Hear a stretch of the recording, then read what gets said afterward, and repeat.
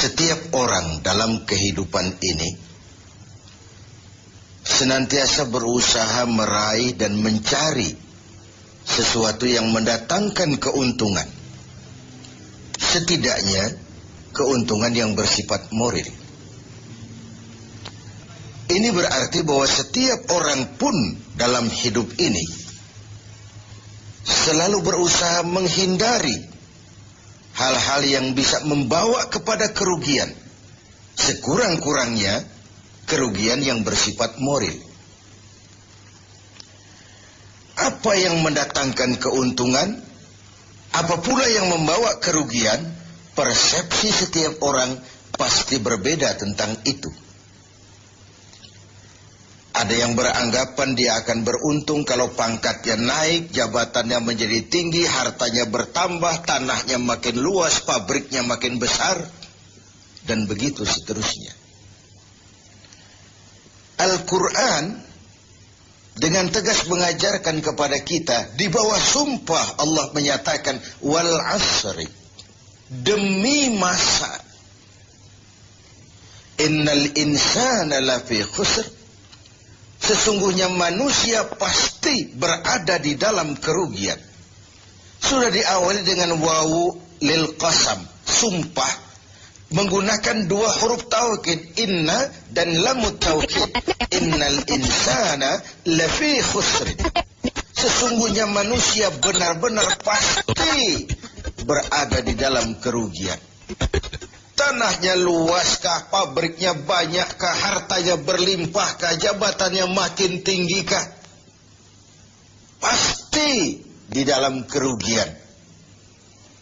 Ini sesuatu yang kita semua tidak menginginkan. Dan Allah lalu memberikan jalan keluar agar tidak menderita kerugian itu. Bagaimana caranya? Ada istisna, illa, kecuali. Orang-orang yang tidak akan merugi itu, pertama, illalladzina amanu. Orang yang dalam hidup ini punya iman. Jadi alangkah indahnya jabatan itu kalau jatuh di tangan orang beriman. Alangkah baiknya harta itu kalau dipegang tangan orang yang beriman. Alangkah manfaatnya ilmu pengetahuan itu kalau dipegang juga oleh tangan orang-orang yang beriman. Imanlah yang menyelamatkan manusia dari kerugian. Ada ungkapan bahwa ilmu bikin hidup jadi mudah, seni bikin hidup jadi indah, dan iman bikin hidup jadi terarah. Tidak terbayangkan bagaimana sebuah jabatan apabila tidak dilandasi dengan keimanan. Tidak terbayangkan bagaimana nasib harta benda kalau jatuh di tangan orang yang jauh dari iman. Karena itu untuk selamat dari kerugian, nilai imanlah adanya. Tanpa nilai iman, semua akan jadi fata morgana. Hal kedua yang menyelamatkan manusia dari kerugian adalah wa'amilus sholihat. Iman tadi dibuktikan dengan amal soleh. Sebab apa? Iman adalah generator. Iman adalah power yang melahirkan energi dan menimbulkan gejala. Seseorang beriman atau tidak bisa kita lihat. Tapi bisa kita dinilai dari gejala yang ditimbulkan oleh nilai iman tadi. Dalam bentuk amal saleh. Sehingga dalam keseharian kita bisa bilang, orang itu imannya bagus ya. Kok tahu kamu? Sujudnya hebat. Orang itu imannya bagus ya. Kok ngerti kamu? Sedekahnya berani. Orang itu imannya tinggi ya. Kok tahu kamu? Jihadnya luar biasa. Iman sesuatu yang abstrak. Tetapi dia menimbulkan gejala. Dan gejalanya tidak lain adalah amal yang saleh. Kalau sebuah power generator tidak menimbulkan gejala, tentu terjadi something wrong. Ada yang salah. Bisa korsleting, bisa kebakaran, bisa tidak nyambungnya arus pendek dan arus panjang, tidak bertemunya negatif dan positif, dan begitu seterusnya. Begitulah kalau iman tidak menimbulkan refleksi berupa amal yang soleh, ada sesuatu yang harus diservis, ada sesuatu yang harus diperbaiki. Maka dalam berbagai ayat di dalam Al-Quran, amanu tidak terpisahkan dengan wa amilus sholihat. Iman, amal soleh. Iman, amal soleh. Sebagai pertanda, dua hal itu memang tidak bisa terpisah satu dengan yang lain. Gak bisa secara tenang-tenang orang berkata, saya biar pelit iman saya kuat loh. Saya biar tidak sholat iman saya mantap mas. Saya biar tidak pernah jihad, tapi iman saya luar biasa. Tidak mungkin logika seperti itu. Setiap amanu melahirkan gejala yang disebut amal saleh. Ini hal yang ketiga. Yang keempat, setelah iman dan amal saleh, tawasaw bil haq. Saling menasihati dalam kebenaran. Bukan dalam kebatilan. Bukan dalam kemunkaran.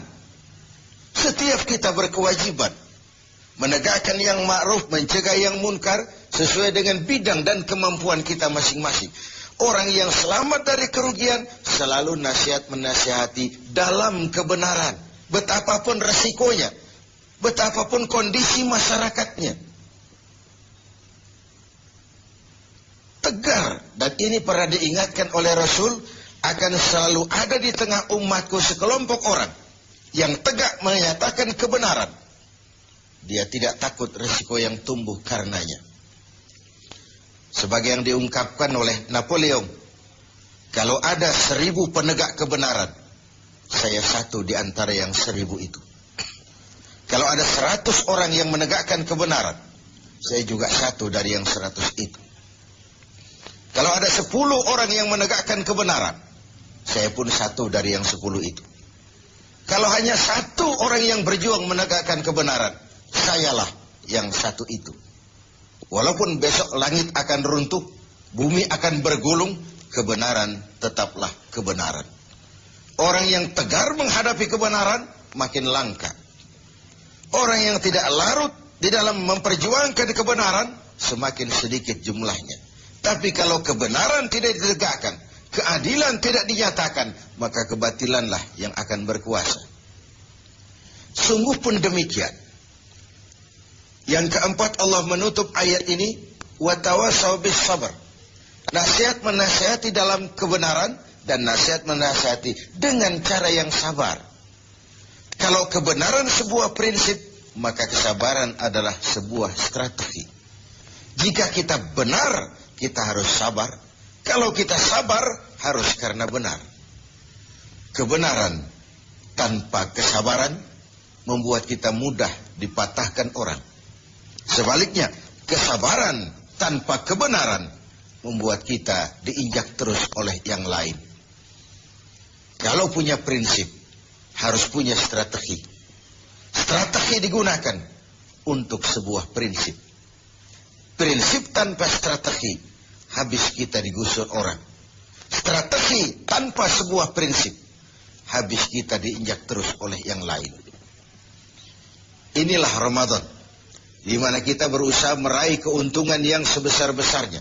Setidaknya keuntungan yang bersifat moral, dengan melakukan pendekatan-pendekatan yang intensif kepada Allah, dengan memupuk keimanan, memperbanyak amal saleh, nasihat menasihati di dalam kebenaran, dan menasihati dengan cara yang sabar. Sehingga terhindarlah kita dari kerugian. Setidaknya kerugian secara moral. Kalau kehilangan harta kita sangat merugi, bagaimana pula kalau kehilangan iman? Bagaimana pula kalau kita kehilangan amal saleh, menghadap Allah, tidak ada bekal yang kita bawa? Bagaimana pula kalau kita tidak ikut tegak menegakkan kebenaran, bahkan larut dalam kebatilan, berpangku tangan terhadap ketidakadilan? Kata Nabi, as-sakitu 'alal batil syaitanun akhras. Orang yang diam dari menghadapi kebatilan, tidak berani menyuarakan kebenaran, sama dengan setan gagu. Sekali lagi, orang yang tidak mau menyuarakan kebenaran dan diam menghadapi kebatilan, oleh Nabi dikatakan syaitanun akhras, sama dengan setan yang gagu. Berlindung kita kepada Allah, jangan masuk dalam kelompok yang seperti itu. Dari ayat surah yang pendek ini, kita ambil beberapa catatan. Pertama, intan paling mahal, mutiara paling berharga dalam hidup ini tidak lain adalah nilai-nilai iman. Biarkan zaman berubah, akidah jangan sampai goyah. Silahkan masa berganti, keyakinan jangan jadi mati. Karena iman kita hidup, untuk iman kita berjuang, dan dalam iman kita ingin kembali menghadap Allah. Yang kedua, buah daripada iman adalah amal soleh. Amal soleh refleksi yang ditimbulkan oleh nilai-nilai keimanan. Bahkan diketahui iman seseorang dari amal soleh yang dikerjakannya. Yang satu merupakan fondasi, yang lain merupakan hasil buah dari fondasi yang kokoh itu tadi. Dalam Al-Quran Allah menjelaskan, "Huwallazi khalaqal mauta wal hayata liyabluwakum ayyukum ahsanu amala." Dialah Allah yang telah menciptakan hidup, yang telah menciptakan mati bagi kamu sebagai ujian, siapa di antara kamu yang paling banyak amal salehnya. Ada hidup dan mati sebagai batu ujian untuk mengetahui siapa yang terbanyak amal salehnya. Kemudian yang ketiga, kita harus tetap tegak melaksanakan kebenaran, tapi dengan cara yang sabar, dengan tetap menggunakan strategi. Haqqun bila nizamin yaghlibuhul batilu binizamin. Kebenaran tanpa strategi bisa dikalahkan oleh kebatilan yang memakai strategi.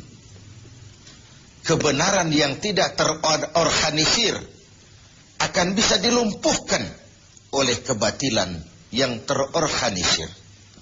Maka diperlukanlah semangat kebersamaan untuk menegakkan yang ma'ruf dan mencegah yang munkar bagi kemaslahatan kita sebagai umat dan juga sebagai